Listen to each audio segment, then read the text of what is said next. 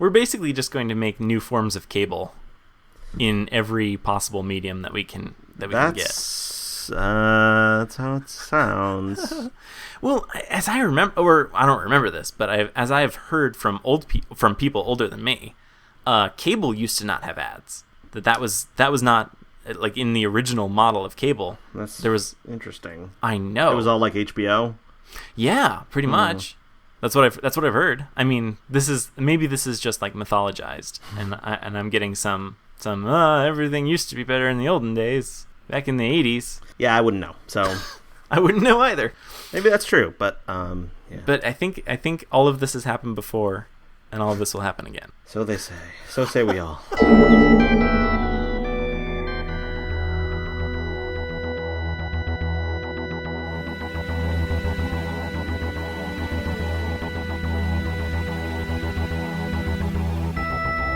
I'm Tom Dickinson. And I'm Louis Midas. And this is The Cloister Room, a podcast about Doctor Who and other things.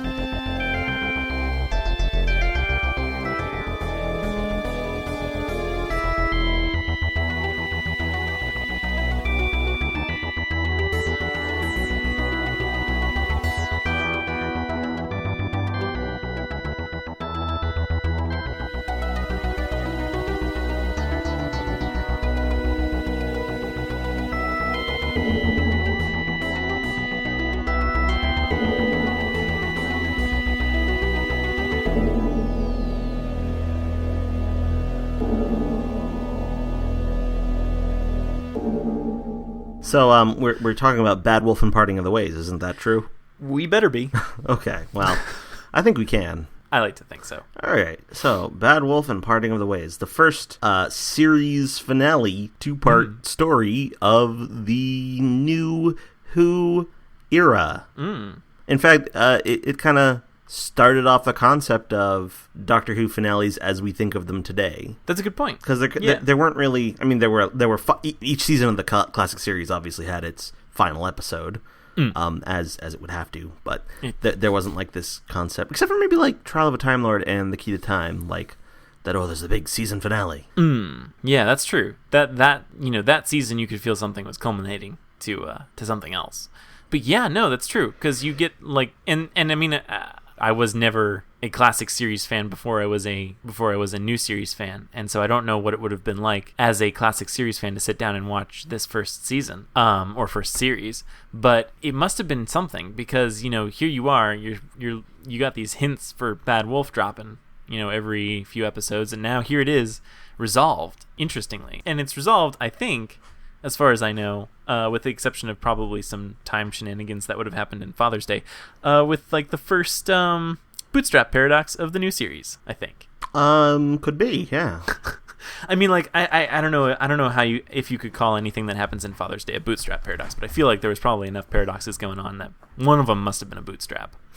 Something about Mickey, like probably. Rose imprinting on Mickey, maybe. Yeah, but yeah, I think you're probably right about that.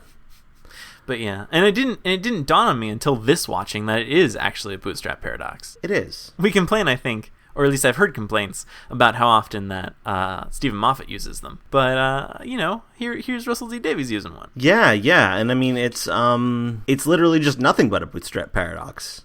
Like right. The character just says, "Oh, I'm going to create a bootstrap paradox now because that's what I want to do," and then does it. And it's not like doesn't like come out of any natural motivation other than the desire to create a bootstrap paradox. Right. And I feel like, but I'm okay with this because I feel like when it comes to Doctor Who, I don't really mind bootstrap paradoxes, because you've got especially when you've got a time machine and you're like literally manipulating the fabric of time. I feel like you can get away with that. I mean, like, no, it doesn't make logical sense, but that's assuming that, time, once it's been warped and, manipulated by a conscious force, that it maintains any internal logic. Like, who could even say? I don't know. And I don't know. I like here Rose becomes temporarily, an omnipotent being, and so who knows what she could have accomplished. She accomplishes a lot. I will say that. She does. She destroys all the Daleks. She brings Jack back to life, and she spreads the words "Bad Wolf" throughout all of Series 1 and parts of Series 2 and 4. And the Day of the Doctor. That's true. And well, depending on I think what your interpretation is of well, no, actually, no. I guess there's no real interpretation. I think what I've heard is no. What have I heard? I don't know. But no, it definitely comes up in the. Well, I think there's like a fan theory that the Bad Wolf entity is the same thing as the Moment or something. Yes. But if you actually watch this story and pay attention to what's happening, there isn't like a Bad Wolf entity. That's just Rose under the influence of the Time Vortex, right? Or of the Heart of the TARDIS, rather. So that's just Rose. It's not like she gets possessed by a magic Bad Wolf entity or something. Yeah, I think what I've seen is largely an attempt to justify saying that Rose came back for the Day of the Doctor, and she didn't really. No. I mean, Billie Piper came back. Yeah, definitely. I mean, you can't deny that. But I don't think Rose herself was ever there. Nope. It's pretty clear that was the Moment. So yeah, she spreads that message. Yeah, I mean, like, we basically would not have had a Torchwood spin-off really without Rose doing this weird thing to Jack. That's quite true. And in fact, Torchwood is mentioned for the first time in this episode. That's right. I'd completely forgotten about that. In Bad Wolf specifically, as opposed to Parting the Ways. Right. Yeah, and that was surprising to me because, that would have had to have been. I mean, like, I don't know if Russell T Davies really had something in mind for that at that point. Well, I think at the time that was just an inside joke to the fact that Doctor Who Series 1, when it was in production, had gone under the dummy title Torchwood to deflect attention from it. Torchwood being an anagram of Doctor Who. Right. So I think the Torchwood Institute that's mentioned in Bad Wolf was probably just a reference to that. Whereas later he sort of spun that out into something bigger. Wow. Well, which is kind of the same thing with like Bad Wolf. Bad Wolf was also made up as he went along. Like he threw the words Bad Wolf into some scripts and didn't know what it was going to amount to. And then eventually just made a decision for this story that it was going to be Rose's signal to herself that she could find a way back to the Doctor. Huh. Interesting. Well, and it is kind of weird because I feel like it's, unless I'm misremembering Series 1, those words do keep popping up, but this is the first episode in which they are actually noticed by the Boomtown acknowledges them. Oh, okay. Yeah, in Boomtown, which is immediately prior to Bad Wolf, that's the first time it's noticed. Although fans had noticed it much earlier. Right, as fans would. So, okay, that makes sense then, that it was kind of just that even Russell T Davies didn't know if it should be, I don't know if I'm using this term correctly, but extra diegetic. Yeah. That's probably not the right word, but... Well, I mean, it's close enough. Extra diegetic meaning, like, with outside of the narrative as opposed to within the narrative. Like, is it just like a weird thing for the viewers to follow, or is it like a weird thing for the Doctor and his companions to follow? Right. Yeah, that's kind of what I meant when I said it, so I'm going to go with that. So, what did you think of this story? I really liked it. Yeah, I've always liked this one a lot too. Yeah, and it does, like, in some ways, getting back to this does feel like it's, almost, I know we talked about this when we were watching Greatest Show in the Galaxy, but this does kind of feel like the Seventh Doctor era a little bit. But it is a little bit more, I don't know, I don't want to say, no, I don't know what I want to say, but it's, I don't know, it's like acted better. Like, that's not what I'm trying to say, but like it moves along at definitely a new series pace. I think that's like the biggest difference between the Seventh Doctor era and the Ninth Doctor era is that, like, tonally they're kind of overlapping, but like these stories move along at a much quicker pace. Yeah, it's certainly faster in its pace, although nowhere near the pace of today, I think. That's true. Yeah, it did feel a little bit slower. Like because it's weird because, especially that scene where Rose quote unquote dies in or is, killed by the android. They're kind of like despairing, and I do really love Christopher Eccleston's performance there. It really, like, you can just sort of see it, and it's great. And then they're like captured, and then they get free, and it's this whole thing, and it feels, I mean, like, that all happens within the span of a few minutes, but it feels like it's not rushed. It's weird, I don't know, but there are plenty of times where they're given time to sort of suss things out, and they're not, there's like a scene where the Doctor's just he's just sort of puzzling out, how to make a delta wave and things like that. And it's not like it never feels that rushed, which, I kind of miss a little bit. And I feel like they sort of slowed things back down for Series 8, but I'm kind of hoping I would like to see them return to this kind of speed.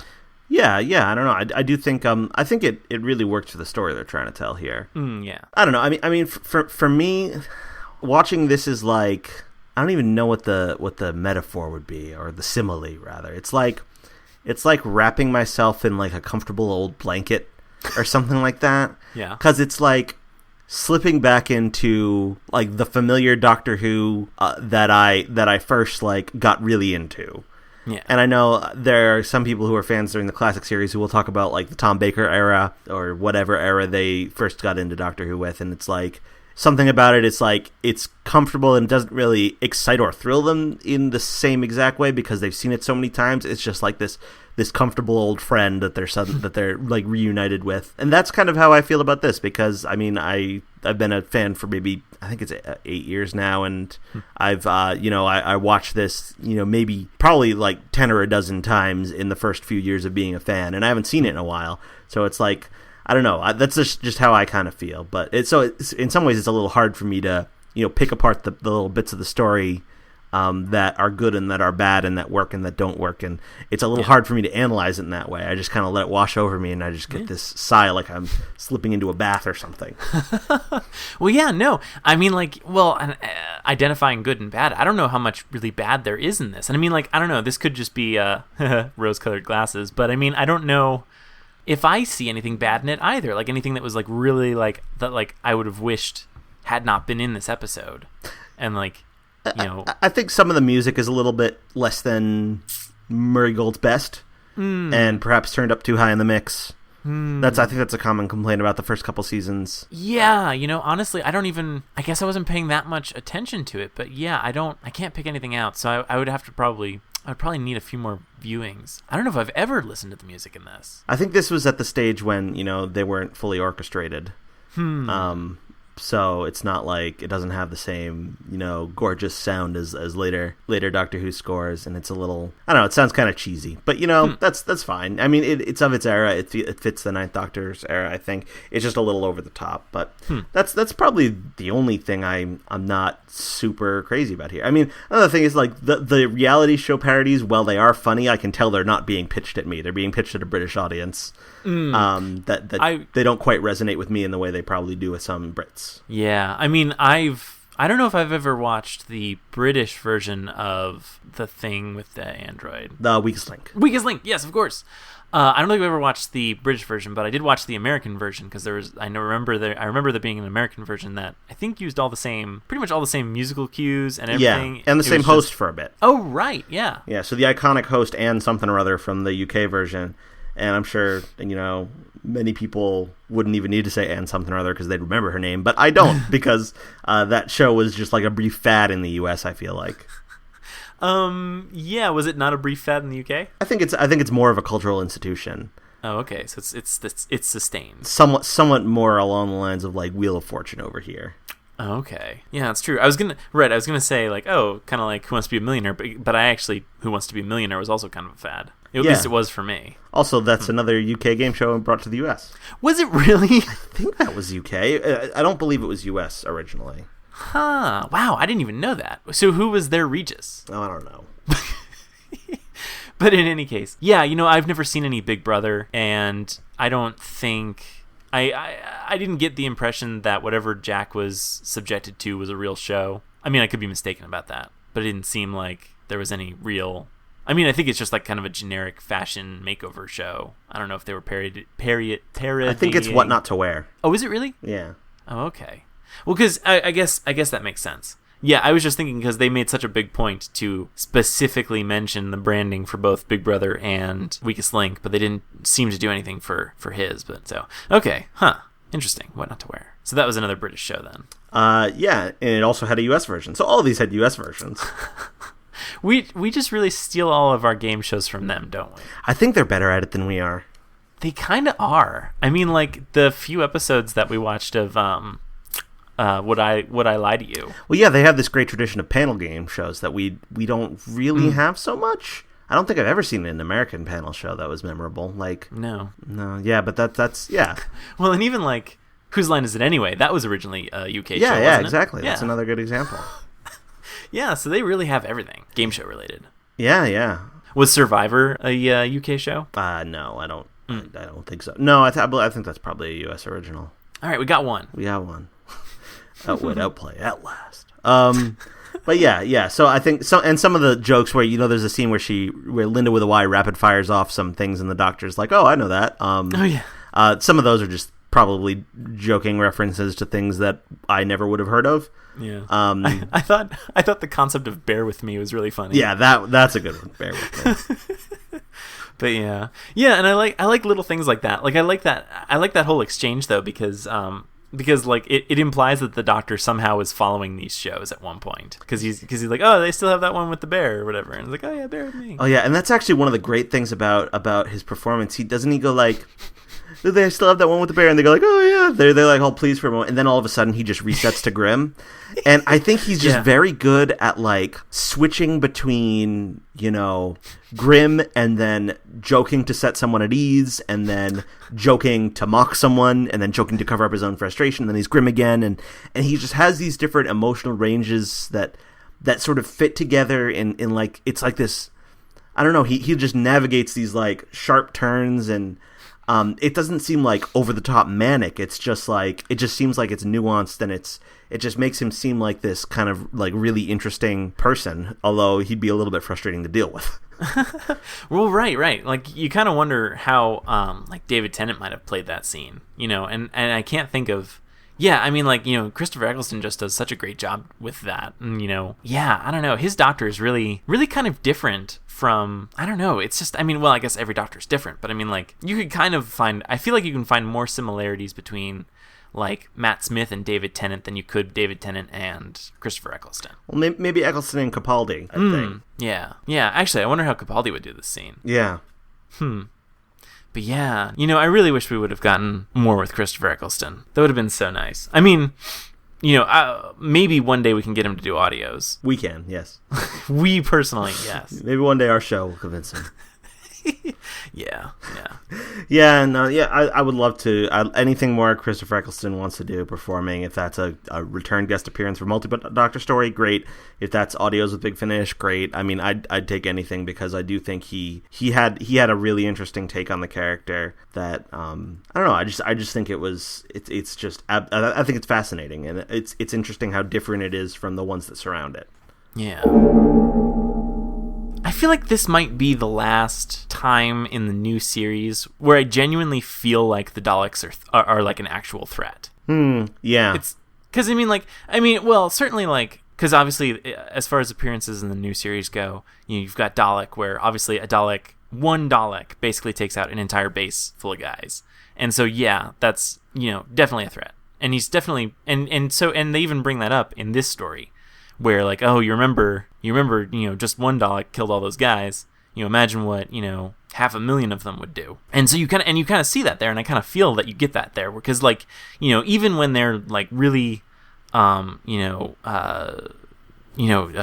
hunkered down in behind like makeshift battlements or whatever, even when they are semi-shielded, the Daleks just walk in and pretty much like slaughter everybody. And it's really like this military machine that just kind of comes in and just really just like wipes the floor with everybody. Yeah. And things look honestly hopeless, and probably would have been hopeless had Rose not followed her own bootstrap paradox back. And so you really get the sense here that, like, oh yeah, the Daleks are, you don't mess with the Daleks, because this is what happens. They're just going to kill everybody, and they're even going to kill people who aren't even actively fighting them. They're just going to go down and just because it's time to do some extra exterminating.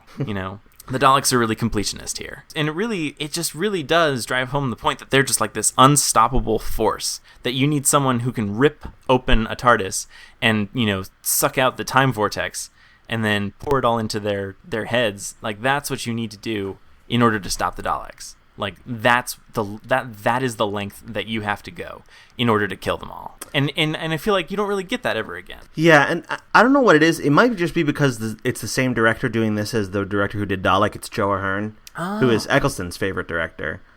From working with on the series, but it just seems there's something about like the way the Daleks just sort of laid down that complete devastation that it just seems like it's just visually and the tone and feel of it is just it seems like a logical extension of what we saw in Dalek. Like you say, it's like devastating. It's relentless. It's completely like they lay it to waste. And it seems much like it's very similar to what we saw in Dalek, but on a grander scale. Yeah. And then nothing else after this really... There's nowhere to go from here, almost. Yeah. Like, in Doomsday, the next time we see the Daleks, the whole idea is like, oh, these Daleks are different because they have names. But they're not really that different. I mean, like, the Dalek in Dalek was a quote-unquote different Dalek. The Dalek Emperor in this is a quote-unquote different Dalek. So, these Daleks are different is already kind of, old hat by the time we see it in Doomsday. Yeah. Yeah, that's true. Well, yeah, and it's like you could say that maybe in Doomsday they were distracted or whatever, but I mean, yeah, okay, so the cult of Skaro all has names, and they're presumably that means they are they are tasked, I think they say, with basically thinking differently or think different. So presumably that means they're more dangerous, but what they do in that episode is they just unleash regular Daleks. Yeah. Which and it's weird because like when they're facing off, and they're also distracted by the fact that they're facing off against Cybermen, which is a cool concept. And when that episode first begins, you get that amazing exchange where the Cybermen are saying like, oh well, we're 5 million, how many are you? And whichever member of the cult of Skaro it is, he's like, he defiantly says 4, and then they have that exchange where it's like, basically the idea is that like, there's only 4 of us, and we're gonna kill all of you. And the thing is, in that moment, if all you've seen is Dalek and then Bad Wolf and the Parting of the Ways, you can get that sense where like, of course they can. There's nothing to stop these 4 Daleks from completely wiping out all like 5 million Cybermen. Like or was it 5 million or 5 billion? I don't even remember, but a lot. Yeah, but you totally believe it. Like you totally believe that they could totally do that. And then they unleash however many thousands more Daleks, and you think like, oh well, now they're really screwed. This could take at most a few minutes. But in spite of all that, and there is like war that rages on, and I'm not even sure if the Cybermen actually even managed to kill one Dalek in that frenzy. But then the problem is solved, and they're all sucked into the void, and it's mostly harmless. I mean, you have the issue of like Rose getting stuck on the other side in the wrong dimension or the wrong parallel universe. But that's really it. Like, you don't see the Daleks being that big of a threat. It just kind of comes and goes. It does, right. Whereas with this and with Dalek, you see people doing everything in their power to, like, take them down. Yeah. You see them making an effort to take down the Daleks and completely failing. The people in this are as prepared as they could possibly be, like, given the circumstances. They've strategized, They've said, okay, you're going to take this corridor, I'm going to take this corridor, we got these bullets, you got to make sure you concentrate them here. And the doctor says, all right, Linda with a Y, you should be safe because that's reinforced. And everything about it is like, it should be, they're doing the best they possibly can, but it's still all for nothing. Yeah. And so I think that, and I can't even really think of another new series Dalek story that focuses so much on the attempt to resist the Daleks on behalf of, like, soldiers or resistance fighters or whatever. Right. And like, just at a granular level of here's us trying to do it and then failing. Like, you'll see the Daleks like stroll into a room and like zap some soldiers, but the narrative doesn't focus on those soldiers and how hard they were trying and like what they had done to try to prepare and like the reasons they thought they might win, etc. Right, yeah, like obviously they'll kill some people just to make an example, but yeah, like I mean in Stolen Earth and Parting of the Ways, or no, not Parting of the Ways, Journey's End, their plan is bigger than just killing, I guess. Yeah. But I also feel like okay, I guess you could say like, oh well, yeah, I mean obviously they weren't trying to kill everyone, so why would they? why would you get that sense? But I feel like when you remove the idea, or when you complicate the notion that they are just there to exterminate, and you sort of put that degree of separation between them and extermination, it kind of makes it sillier. Yeah. Like, because that premise that like, oh well, they're gonna basically like be undoing all of reality. Like, all right, yeah, I mean, that definitely accomplishes their goal, but it's just a little bit. It's like, I don't know, maybe it's just 1 degree too silly. I don't know. I think you might be right. It's I think it sort of, I don't know, it forces you to take extra mental steps, and then something in your brain starts resisting. Yeah. But yeah, I mean, like, but they're incredibly effective here, I think. Oh, they are. They really are. One of the best Dalek scenes ever, in my opinion, is just the Daleks. You don't even hear it say exterminate. Yes, but you know exactly. You can even like hear the inflection. Exactly, from the pattern of the flash. Right. Yeah, that's just glorious. Yeah, I have to say that is like, oh man, yeah, that is one of the best. Like, I mean, I don't know if anyone's ever done like a top 10 Dalek scenes, but I feel like that would have to be right at the top, or very near the top, because that is perfect, and it's like the culmination of like everything you've been, visually taught about Daleks throughout all of Doctor Who is like, this is what they sound like, this is what they say, and so it's like it's Pavlovian, but it's perfect. Yeah. And for the viewers who are new to the new series, I mean, you haven't even, I mean, you may not have seen that much, although if you're in a British audience, you probably know Daleks just by cultural osmosis. But even coming to this pretty much fresh, it was still just like, oh shit, like because the Daleks kind of established themselves as an icon in my mind just from Dalek, much like the Weeping Angels did from Blink.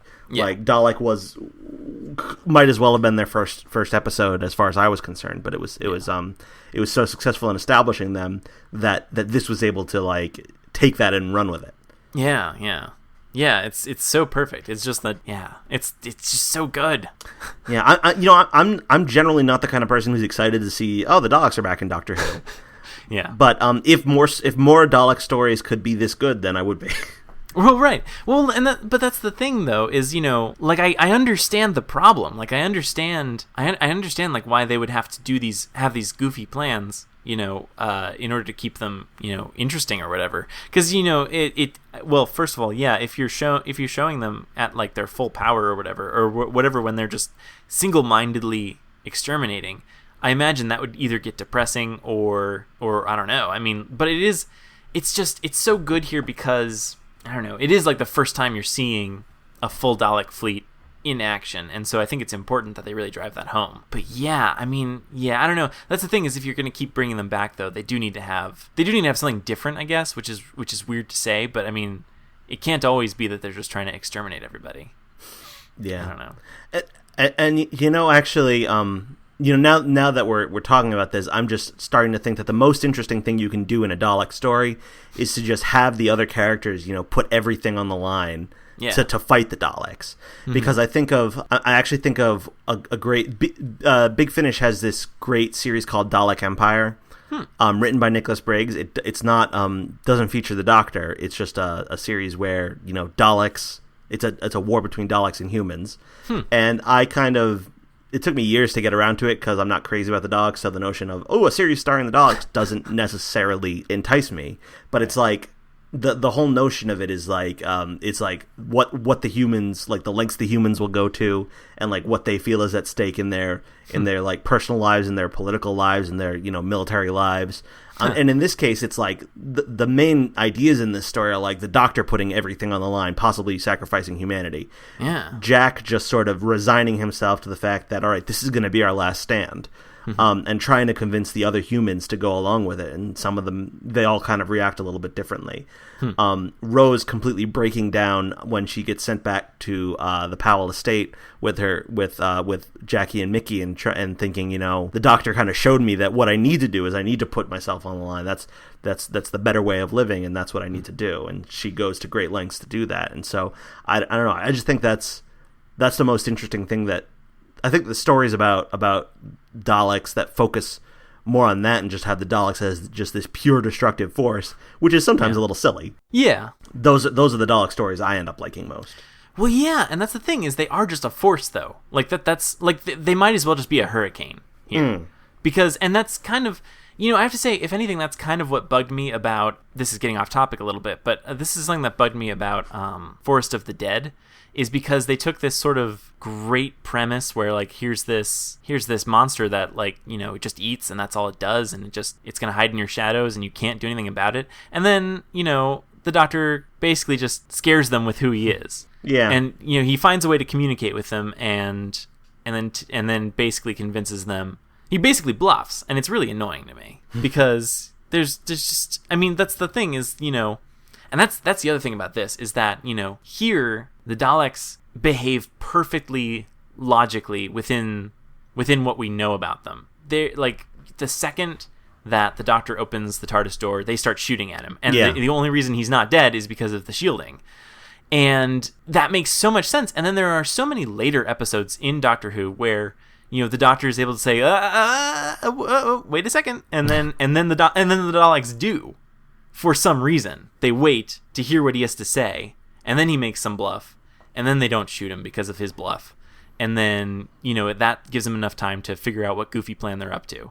Whereas, if he'd have tried that here, or, well, it wouldn't have worked, but had he not had his shielding, he would be dead. And that makes so much sense. It does make sense. I think you kind of have to have the Doctor be able to bluff the Daleks in that way, though, in order for them to work as a recurring antagonist. It's just, so I'm not necessarily agreeing that, like, Doctor Who should dispense with that, but right. I think it is worth pointing at, here's an occasion where they did dispense with it, and it was awesome. Mm-hmm.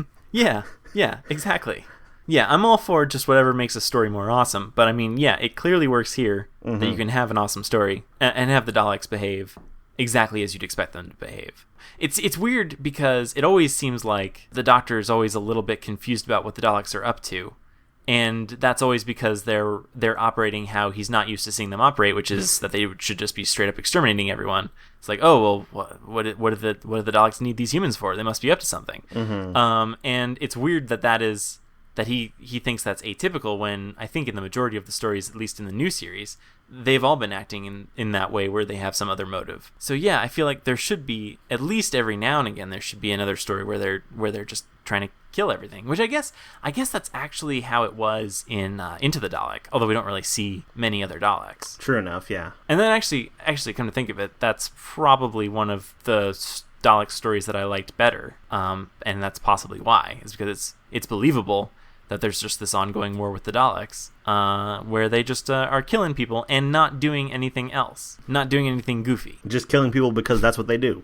Exactly. And and this one Dalek happens to have been captured and is acting a little goofy because of plot reasons, but yes. But it's not like the Daleks actually have some grand plan where they're going to take the humans as slaves and use them to hollow out the Earth's molten core and drive it around like a spaceship, like they do in the Dalek invasion of Earth.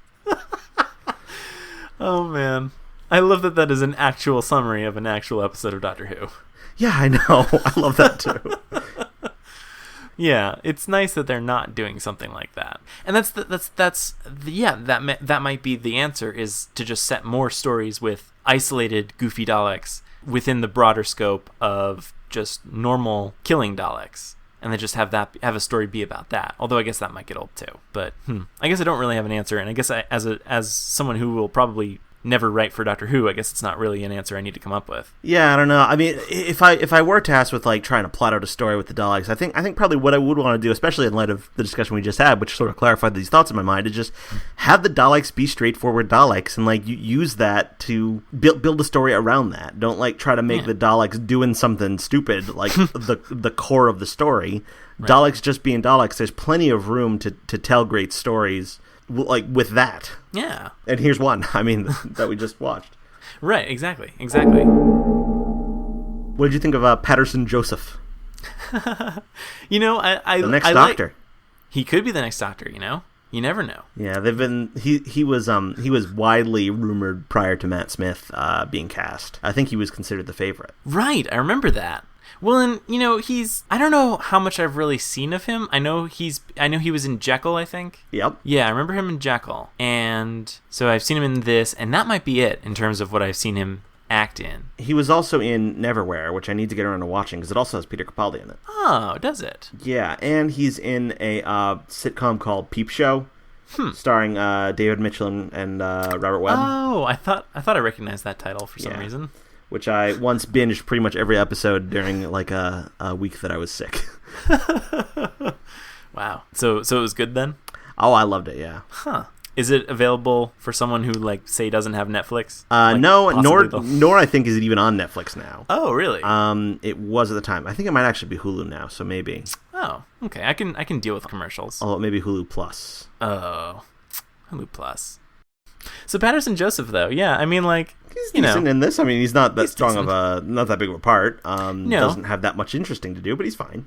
Yeah, he's a little bit of a dick, and I think you need that every now and again. Mm-hmm.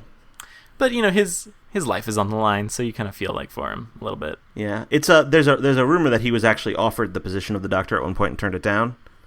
Because Neil Gaiman has once said that he personally knew a black actor who had been offered the role of the Doctor and turned it down, but didn't specify who it was.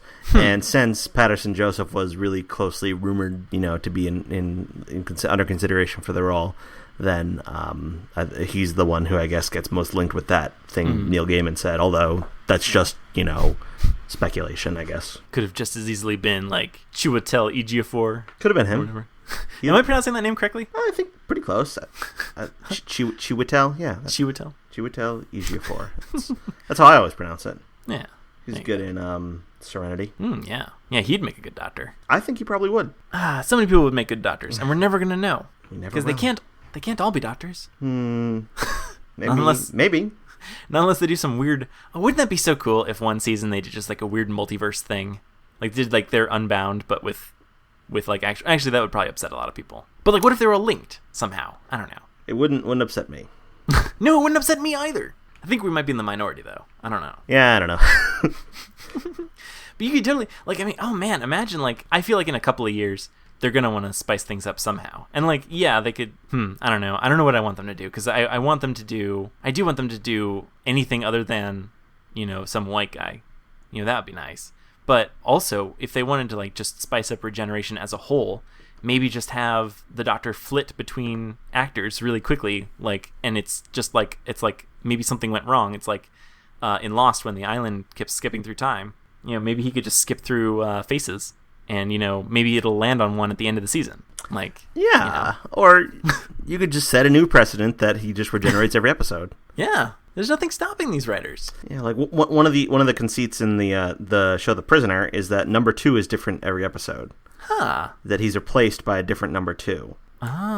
Like not just like the actor; it's an actual new character, I guess. But with the same name. It's a new character. Yeah. Okay. Yeah, and they reused number 2 a couple times, but not that often. Yeah. See, why not? And that was what, from the 60s? Yeah. Yeah. So we come on, Doctor Who, catch up. Yeah. Geez, it's 50 years later. Let's get on that. But yeah, I think like Patterson Joseph would make for an interesting Doctor, if nothing else. Yeah, he'd be interesting to see, but yeah he must be a lot older by now.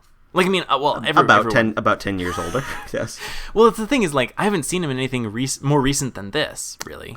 I don't know when Jekyll came out in relation. Was that 2007? Yeah, a couple of years after this. Okay, so I haven't seen him in about, 8 years. So I don't know what he looks like. Is he older? Is he grayer? Maybe. I don't know. I mean, I didn't notice him looking very different in the episodes of Peep Show I saw him in, but since I binged those all, I don't know what years he was on the show. I wonder. I do wonder. But he's. I don't doubt he's still acting, so he'd still be up for it, maybe. Mm-hmm. Unless he already turned it down, which we don't know. Yeah, that's just a rumor. Well, and even if it weren't a rumor, even if it were true, who knows if he still feels the same way? Maybe he wakes up every morning and regrets turning it down. Yeah, I mean, Capaldi apparently turned down the opportunity to audition for the 96 movie. Huh, really? Yeah, he said that I don't remember what he said, but he said something about, like, he had some reason for that he didn't want to be involved in the 96 movie, even though, he was a huge Doctor Who fan from his youth. Huh. Wow.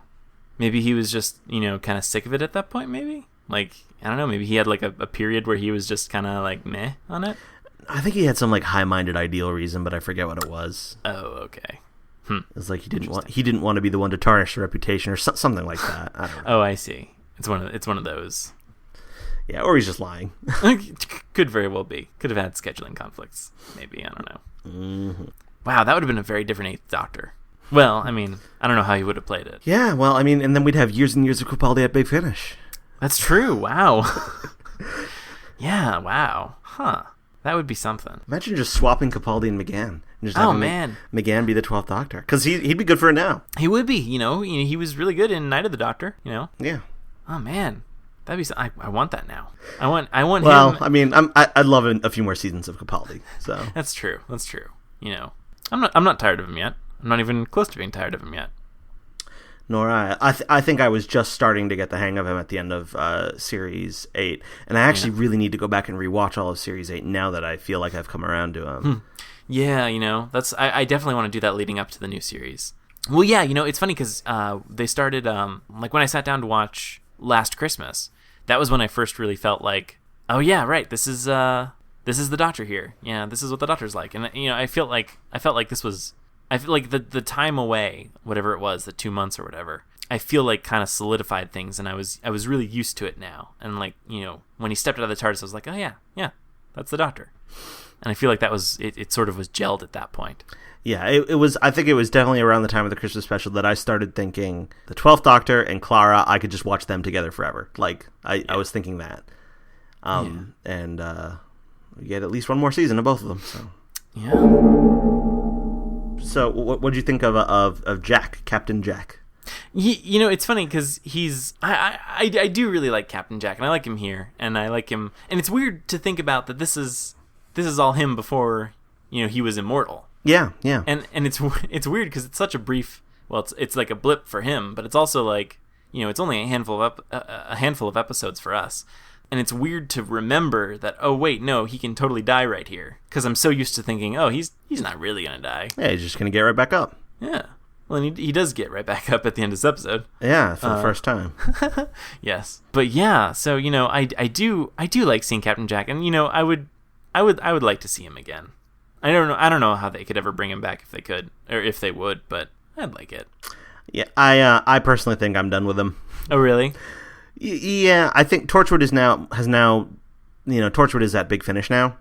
Oh, right. And I feel like maybe that's all I need from Captain Jack from here on out. I honestly think the character got a little played out. I don't know that I think the most interesting version of the character is the Series 1 version of the character. I just thought he was the most fun there, and then he just got kind of too like serious and shouty and grim afterwards. I like the fun, Captain Jack, sarcastic, smarmy, cheesy. Ladies, your viewing figures just went up. That's the Captain Jack that I like to remember. Yeah, that's true. That's a good point, because he doesn't do quite as much of this. He doesn't behave that same way, because he's got like the sort of the weight of his immortality on his shoulders after this point. Huh, that's true. I forgot about that. I forgot he's not always this fun. All right, I take it back. I don't know if I want it back now. Yeah, well, I mean, it's perfectly okay if you have a different opinion from me, Lewis, but I just don't. I people keep talking about, when's Jack gonna come back? And I was like, why can't we just let that be a fun thing we remember from the past and let it recede into history? I mean, I don't need Rose back. I don't need Mickey back. I don't need Jackie back. Although if Mickey and Jackie wanted to come back, I would actually be happy. Yeah, I mean, like, I don't know. I mean, I feel like he could be fun again, though. I mean, like, maybe you know what? If he wants to come back as the face of Bo, how about sure. that Bo face. Let's get that back. I don't know. I feel like maybe I'm misremembering things, but I feel like under Russell T Davies, the Doctor Who universe, I feel like had more. Well, maybe not. This isn't necessarily true, but like recurring weird characters. Like you got the face of Bo cropping up in a lot of episodes in season 1, and again, he's only in one episode in season 1. He's. No, but he's mentioned a few times. That's right. He's mentioned a few times. That's what I meant. Sorry. Yeah. Okay. Yeah, there's something, right, because there's something on Satellite 5 about him being pregnant, I think. There's some news story. Yeah. Something like that. And then he's mentioned here, too. Yes. So yeah, huh. But anyway, I don't know. I feel like we don't get as much of that nowadays. But maybe I'm just not thinking things through. Yeah, I'm not sure. I think I kind of do have that sense as well that the Russell T Davies universe, everything seems more like a single connected universe, like where we have, New Earth follows up on End of the World, and then Gridlock follows up on that, and there's a little bit more like connective tissue between the actual like locations and stories they visit. Like for instance, this is just it's Satellite 5 again. Yeah. Which I think was a cost cutting measure to reuse the sets. That doesn't really surprise me. Well, and it also looked like some of the maybe the backgrounds were a little bit CG. I'm not sure, but it looked like the Bad Wolf sign, that looked like that was somehow computer generated. I don't know. Maybe I was just imagining things, but no, I think you're probably right. How did you watch this story? I got out. I dusted off my DVDs. Yeah, I did Netflix again. Well, I can't do. They're not on Amazon Prime anymore. No, there was some kerfuffle or hullabaloo or something with the BBC. They wouldn't renew Amazon's rights. At least it wasn't as of a few months ago. Interesting. Maybe. Yeah, I don't know. And it was upsetting for me in like a superficial convenience way because, it's a little bit easier to just go to Amazon and watch it instead of loading up a DVD, which is so arcane. But I still do it. Yeah, the picture quality from what I got on Netflix is definitely a step up from what's on the DVDs. Yeah, right, because it's you get more lines. It's those lines. Those lines. You gotta get those lines. I don't know if they've done additional post-production stuff to it as well. Like for the Blu-ray releases that fed into Netflix or something. I don't know. But in any case, everything does seem like a lot sharper and crisper. Well, right. It's got to be because I think the difference between U.S. television and U.K. television, at least SD formats, was something. I think it would have been noticeable. I think it's like 480 lines in the U.S. And like 520 or so in the U.K. Maybe. Yeah. So it is a significant difference. Oh yeah, definitely. And it I don't know. It just looks good on Netflix. All I know. So. So yeah, I don't know if I'll ever watch those DVDs again, but I still have them. Yeah, they're scratched a bit. Yeah, I some discs in my Series 4 are scratched, and it really upsets me. Those discs got a lot of play during my college years. That's right. Yeah. Well, yeah, you had to show it to everyone. Oh, I lent it around. I showed it to everyone. I evangelized for the program pretty hard, but. But yeah. I hear that Blu-rays are more durable than DVDs, and I don't know how much of. I know that they added a coating because the data layer is closer to the surface, but I don't know if that's actually like true, or if my Blu-rays just get less play than my DVDs used to. Who knows? Yeah, I don't know if anyone knows. I don't know. One day I might have to invest in like. I don't even know because they did. What kind of special they released stuff on Blu-ray, but I don't remember what. Was it Series 1 through 4? Was it like a bundle? Yeah, something like that. Well, I think the only thing they've done so far is Series 1 through 7. I don't think they've separately released the individual Series 1, 2, 3, 4. Like they did a 1 through 7 box set. Right. And that's the thing is like I probably would not buy that. I would buy a 1 through 4 maybe.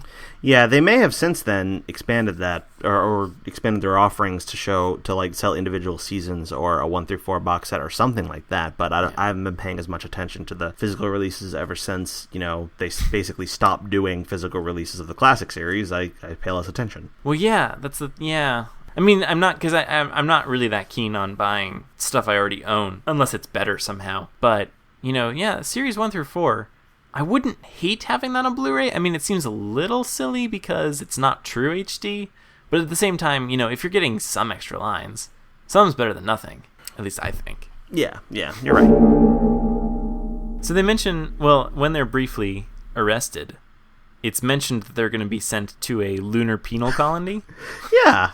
Is that the same one as Frontier in Space? I like to think so. I think it's got to be. And they're not gonna have any chocolate. I guess not. I think that's the real reason why they're so adamant to bust out. Yeah, let's do it. Right. That was great. Yeah. Yeah, it's funny too because they're arrested for like 30 seconds.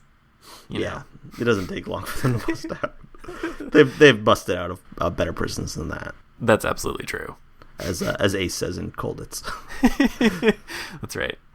There's a scene in here where the Dalek Emperor is explaining the new Daleks, and Rose, I believe, says, "Well, then they're half human," and then the Dalek Emperor says, like, "Those words are blasphemy." Do you think that's a reference to the TV movie? The half human? Oh, the fact that the words half human are blasphemy? Right. I hadn't really given it that particular thought until just now, but yeah, I'm going to say yes. I haven't decided whether I think that's intentional or not. Like, I've been thinking about this one for years, and I just keep going back and forward on whether that's just an intentional reference to that or whether it's just a silly coincidence. Does she specifically say half human? Yeah. I think it's got to be. Yeah, you're right. I think it does have to be. Like, exactly half? I mean, come on. She says half human. She could have said partially human. And then they say, those words are blasphemy. Yeah. And there isn't like a pause for a laugh or anything. It's just like it's a dramatic scene that if you weren't thinking along those lines, nothing would seem strange about that line. But yeah. Well, yeah, and that's the thing is I think I probably saw this episode long before I knew about that controversy. So I don't think I ever really connected the two. But yeah, I see it now, and it does seem kind of obvious. I mean, I don't know. I mean, I'm sure I'm just imagining things, but yeah, no, I think there's something to that. Yeah, because I mean, come on. I mean, like, all right, yeah, they're. I mean. Yeah, saying that Daleks are half human. Yeah, I guess that would be blasphemy. But I mean, come on, it's so specific. Yeah. Yeah, I gotta say, I feel like, because I mean, because like Doctor Who's like a religion. I mean, sure, it's a way of life. It is, it's a lifestyle choice. Yeah, I gotta say, I think it's right there. I think it's gotta be.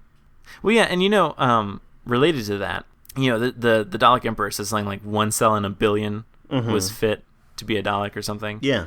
So does that mean like, I mean, like, I don't really know. I don't really understand. I mean, I thought like a human body was made up of mostly identical cells, like on a microscopic level. I also don't know how many cells are in a human body. But I guess that, I mean, I'm sure there wouldn't be more than a couple in each human body. But like, does that mean like, can a cell have like pure hatred?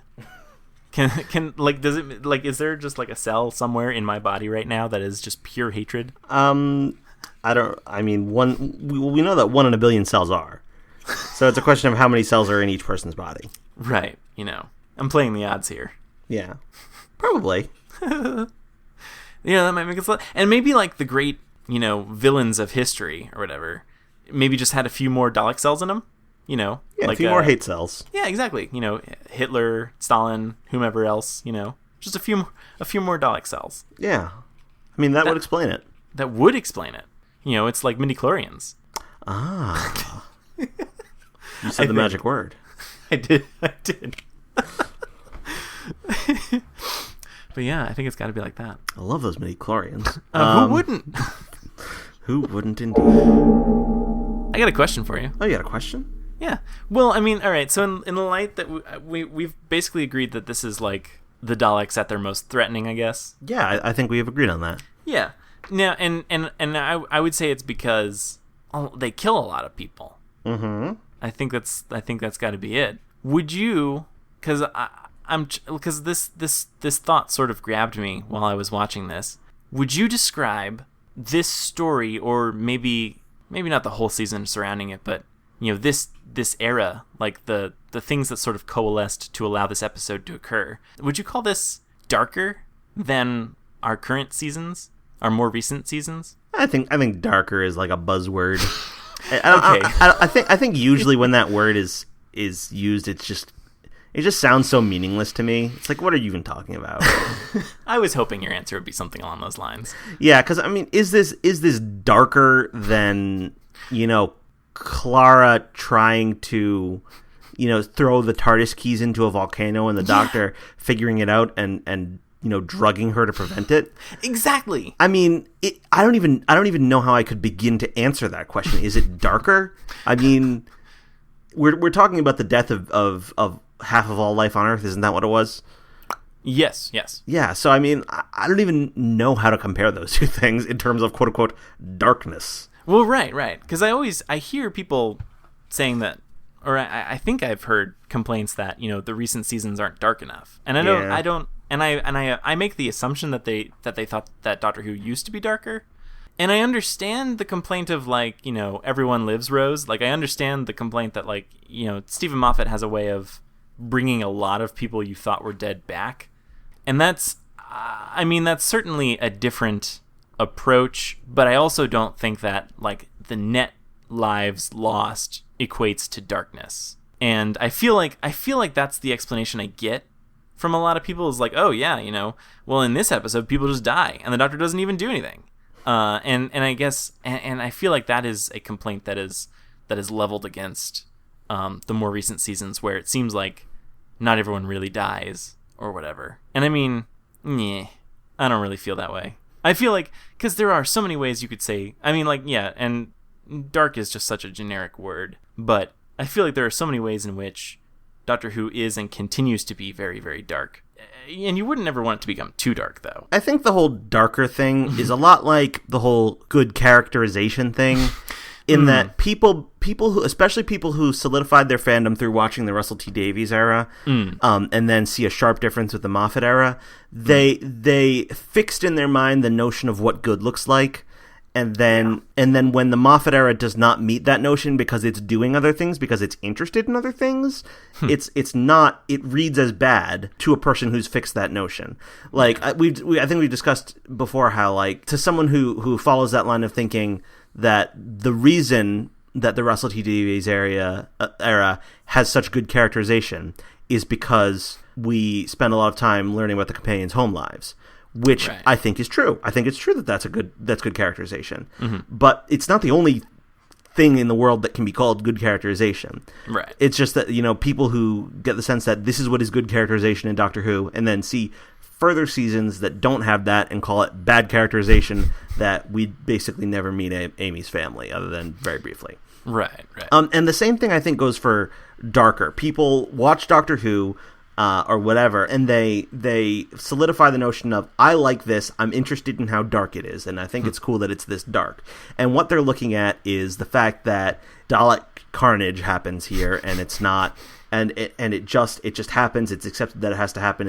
It's face down. It occurs. It's not reversed, and it's real consequences to these people's lives. And that doesn't happen in the Moffat era, but different things that are just as, that could just as plausibly described as dark happen in the Moffat era, because Moffat is more concerned with the relationships between the main characters. And so things like the relationship between the Doctor and Clara get pretty dark. Even like the Doctor and River, that can get pretty dark. Yeah. Like things like what happens to Amy in A Good Man Goes to War. What happens to the people who get close to the Doctor and stuff like that. It's a different thing that could plausibly be described as dark. It's just, if you have a fixed notion of what darkness is in Doctor Who, that I don't think it makes sense to use fixed notions in that way to read Doctor Who ever, because you'll always just be disappointing yourself. Yeah. There you go. That's what I was hoping you'd say. If I had a bell on my desk, I would ding it. Okay. Well, maybe we should do that. We should get bells. But yeah. All right. There you go. I completely agree with everything you said. You said it better than I could, and I was hoping you would say almost exactly that.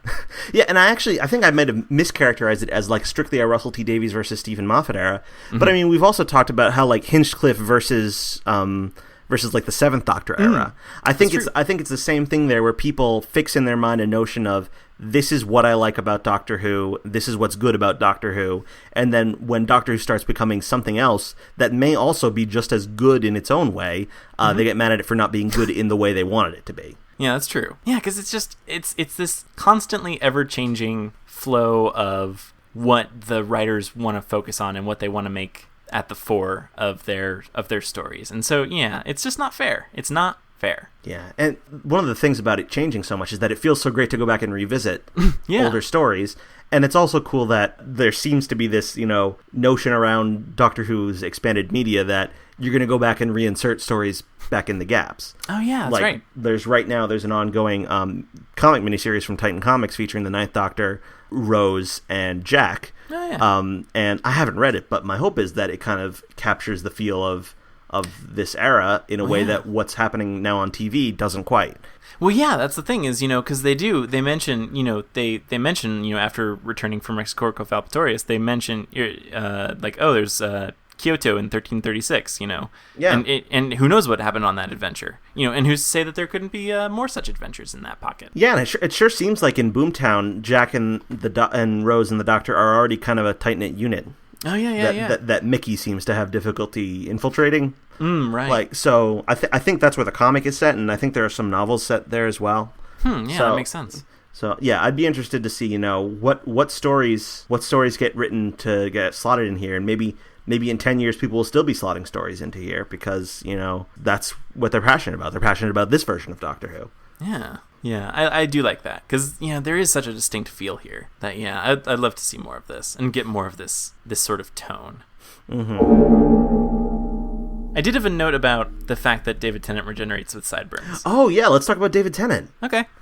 What'd you think of David Tennant? He's so it's so weird because I actually watched the 10th Doctor before I watched the 9th Doctor, and so when I saw this I was like, oh yeah, we're finally getting to the stuff I know. But it's so weird immediately because he's so different like right out of the gate, and he has his non sequitur with his teeth, and that sets up a whole thing, and and it's so, and he is so young here. He doesn't seem like quite himself yet to me. No, he doesn't. Like, he seems a lot more in his tone of the line. He seems a lot more mellow. It's true, actually. He doesn't get quite as manic. That's true.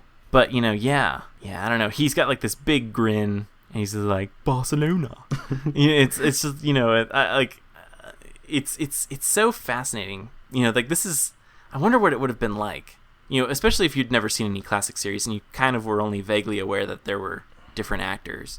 To see this and to see Eccleston go into this transformation where he's like this guy with this really big goofy hair and these sideburns, and where did this come from? It seems so weird. Like, it's just, I can imagine it being very weird. To me it's just like, oh yeah, this is where David Tennant comes in.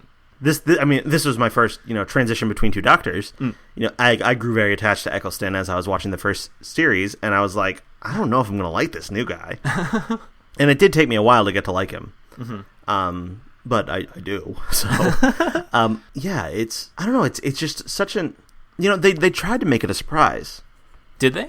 Yeah, so they wanted no one to know that Eccleston was leaving. Huh. But the BBC press office, for some reason, announced it after, I forgot exactly when it was, but it was like within the first quarter of the series airing. Huh. So the Eccleston era basically ended. It was like dead on arrival almost. Wow.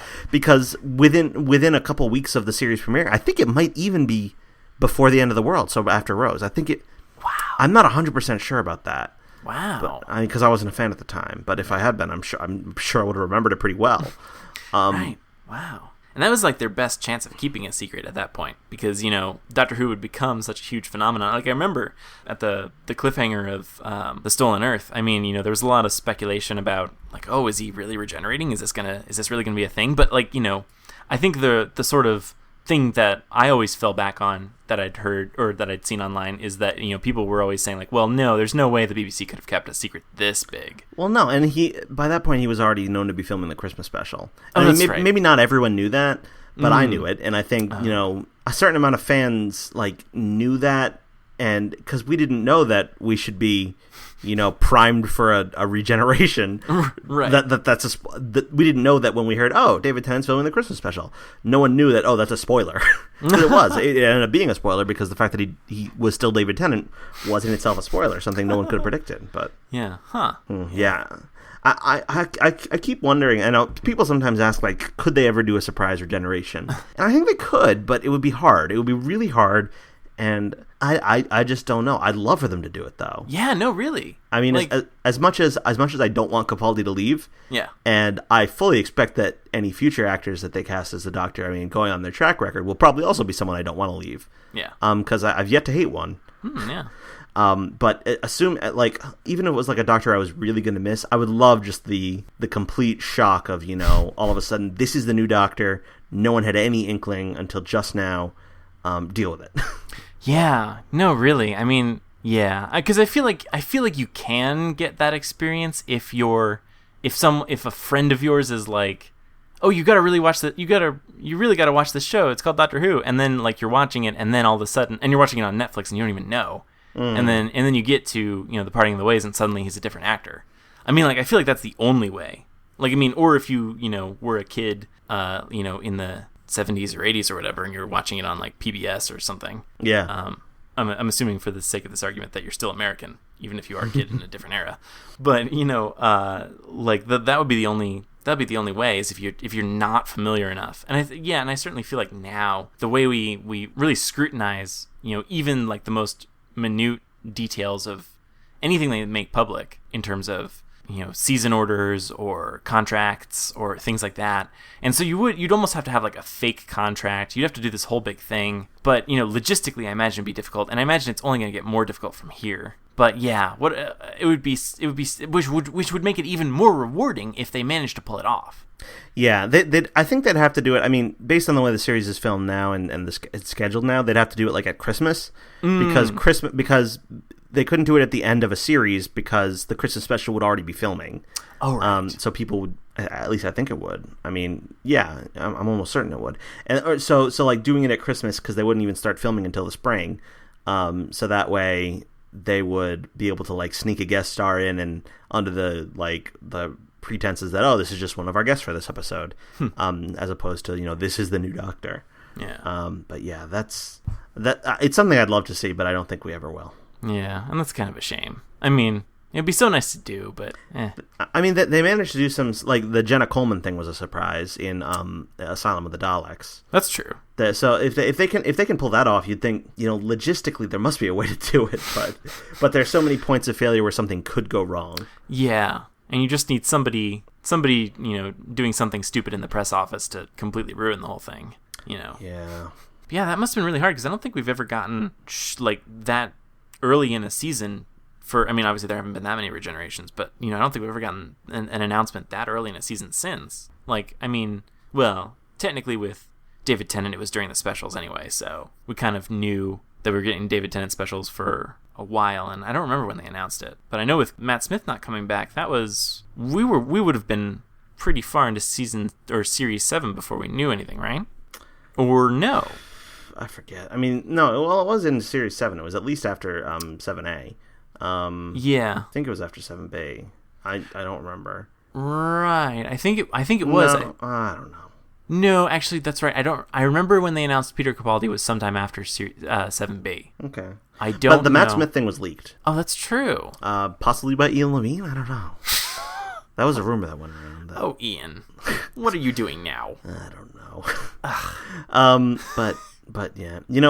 During this story, between the two episodes airing, Bad Wolf and Parting of the Ways, it was announced that Doctor Who had been renewed for a third series. Oh. Yeah, so at this point, during Series 1, they announced Series 3. What? Wait, so they had already previously announced Series 2 sometime? Yeah, they had announced it earlier. Wow. Yeah. Wow, so it was that much of a hit? Or just... Yeah, it was a huge hit. Wow. I mean, it was not as huge a hit yet as it is now, but right. It was very clear that they had a hit on their hands. Huh, wow. Because I kind of knew. I mean, like I knew that it took a while to take off in the U.S. because it took a while for us to get same day airings. Yeah. Of the episodes. But yeah, no, that's so that. But in the UK, it was definitely like they were definitely sure of it. Oh yeah. It was a hit definitely. Wow. So they've never done. Yeah, that seems almost crazy now because I mean, like even now, I mean, we at this point we just kind of assume. But I mean, Well, I don't think official confirmation ever came down for Series 9. There was never like a news item saying, "Oh, like Series 9 has been commissioned" or anything like that. It was just like, right. Hey, well, I mean, everyone assumed they were doing it, and then they started saying we've got scripts lined up, and they started saying we were filming. But I mean, for Series 8, there was a thing posted on the BBC's Doctor Who site that said, "Great news! Series 8 has been commissioned, and Moffat's still at the helm, etc." No such thing ever happened for Series 9. I think today I saw a news item confirming Series 10. Huh. So that's good. Yeah. But yeah, I'd be surprised to see Series 11, although I think Doctor Who's position is secure for the next few years at least. But yeah. It was a big show of confidence in the show that during the airing of Series 1 they commissioned Series 3. Wow, that's really cool. Including the Runaway Bride, actually, which is technically part of Series 4. But oh wow, yeah, right, huh? Jeez, wow. Actually, no, I mean, no, that is part of Series 3. Yes. Yeah, so I was wrong. Yeah. Okay. Yeah, no, including the Runaway Bride, which is part of Series 3, so yeah. Huh. That is really something. It certainly is. Well, it's weird because, like, I imagine it must have been hard to imagine as someone just watching Series 1. I mean, now we know what they had commissioned. Now we can judge whether or not that commission was worthwhile. And I mean, obviously it was. I mean, no one's going to dispute that. But that's weird. I don't know. I get weirded out by weird things. Yeah, and I mean, there are some shows that, like, even just 3 series in, they start to get a little old. Yeah, that's the thing is, I mean, like, I guess they could use, past history and say, like, all right, well, this is a show that ran for 26 seasons the first time. Sure, it got a little iffy in the 80s, but we're probably safe renewing it for 2 more seasons. But yeah, it's true. Anyhow, Bad Wolf Parting the Ways. Good story. Lots of fun. Good story. Yeah, lots of fun. Yeah, definitely worthwhile. Mm-hmm. A fitting end for Eccleston's tenure, I think. Yeah, the whole, and you know what, so was I. Yeah, those are some great last lines. Yeah. I also really like the scene in the TARDIS where the hologram of the Doctor addresses Rose, and she kind of walks around, but his gaze obviously wouldn't follow her, but then all of a sudden it does. Yeah. And then the sort of audio filter on his voice goes away, and it's as though he's standing there talking to her. Yeah. Yeah. Yeah, it's good stuff. I don't know how much sense it makes, but it's good. The TARDIS is, doing telepathic stuff, so I feel like you can get away with a lot. Mm-hmm. So, next week we're talking about Human Nature, the novel by Paul Cornell. Yeah. And also possibly contrasting it with the episode by Paul Cornell. Yeah. That's it's going to be interesting. I've already started reading it. Oh, I haven't. I'm behind. Yeah, you better catch up. It's pretty interesting so far. Yeah. Yeah. So yeah, and that is for anyone who's listening to this and wants to read that, it's available. It's in print. Unlike many of the Virgin New Adventures featuring the Seventh Doctor in the 90s, this one has recently been reprinted as a part of Doctor Who: The History Collection, which is a sort of novel reprint collection involving stories set throughout history. And this one is in print and ebook format. And later in the year, I think it's going to be done as an audiobook read by Lisa Bowerman, who plays Bernie Summerfield for Big Finish. Ah, cool. So I almost kind of wish I could have listened to that instead, because she's actually really great as Benny in Big Finish. But I'm just reading it with my eyes like an animal, and I'll be fine. I'm hearing her voice in my head though. I don't know if I know her voice. You probably don't. I probably don't. Have you ever read Doctor Who books before? I don't think anything you'd call a real book. A real book. Yeah. I read the fanfics then. What? Fanfics or No, well, I guess in a sense. I read like one of the 10th Doctor books. Oh, those are books. Are they books? I guess they got paper. Yeah, those are the New Series Adventures novels. Yeah, New Series Adventures. Well, yeah. They're a little more kid oriented than these. These are actually surprisingly adult oriented. Really? I've kind of forgotten that. Yeah. Huh. But yeah, I have found that on the occasions when I have read Doctor Who books, I definitely get a strong sense of the characters' voices in my head. Heads. I just said heads. No, in my head. Voices in my head. I get a strong sense of the characters' voices in my head. So, and that's always very interesting because that's not how I usually read. I usually just read the words without voice happening, but right. I do get a strong sense of the voices in my head. Interesting. Yeah, so this will be interesting. This will be an interesting experience. Mm-hmm. Yeah.